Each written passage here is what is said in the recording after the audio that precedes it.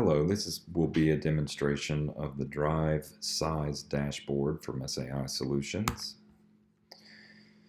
This dashboard is designed to show you your Google Drive usage by folder and file type. To log in, go to drive-dashboard.saisols.com. Click the Sign In button to log in with your Google account.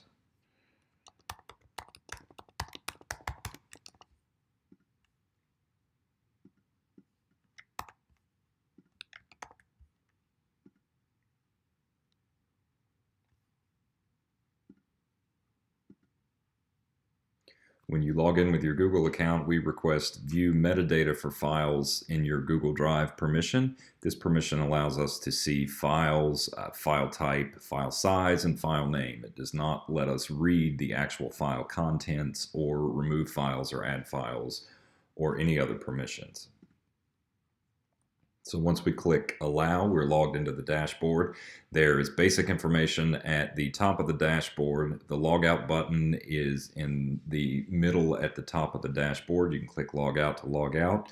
There are two pie charts. The left-hand pie chart shows you directories and their size, and the right-hand pie chart shows you file types and how much size is used by each file types. Beside the labels on all four of the dashboard boxes, there is an input where you can change the number of items that are displayed. So we only have 3 directories here, but you can see that you can display as few or as many as you would like.